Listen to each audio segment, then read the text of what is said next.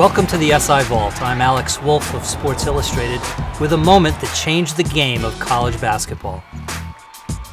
Dr. James Naismith, when he invented the game of basketball, he did it on a really tight schedule. He pulled an all-nighter, basically, to come up with the original 13 rules. One of the great things about the game has been its willingness to adapt.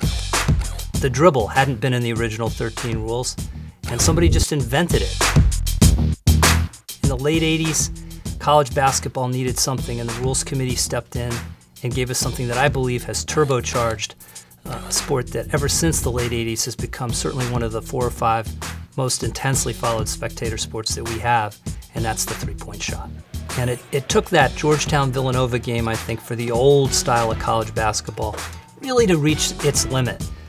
Georgetown losing by 2 points to a Villanova team that had to shoot a phenomenal 70-something% to win, to think that they would have lost and still shot maybe 68% gives you a sense of how important good and scientific basketball was in that game. But after that 1985 NCAA title game, things would change. There's a professor at Springfield College, Dr. Edward Stites, who was the chair of the Rules Committee and was seen as the man who birthed this Frankenstein's monster of a rule, the three-point shot. And it wasn't just that this rule came along, it's that it was a 19-foot, 9-inch shot, which to purists, myself included, seemed just preposterously easy. Sometimes hard to think of a rule change and then a precise moment that best exemplifies that rule change, but for me, it was the 1987 Final Four where the three-point shot really came into full flower, and it did it through the Providence College Friars of Coach Rick Pitino and their guard, Billy Donovan, a pasty-faced little shooter.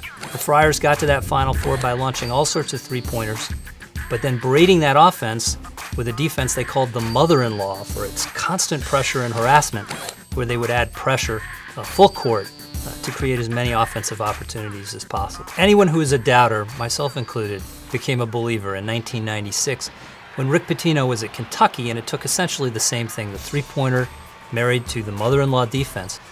That team in 1996, that UK team, will always be regarded as one of the greats of all time in college basketball. I was a complete skeptic 20 years ago when this rule was introduced, but honestly, looking back over the 20 years since, the things that we've seen, the way the post play now is cleaned up because people have to respect the outside shot, the way guards now have to dribble and penetrate, the way dribble drive motion at Memphis is spread all over the country.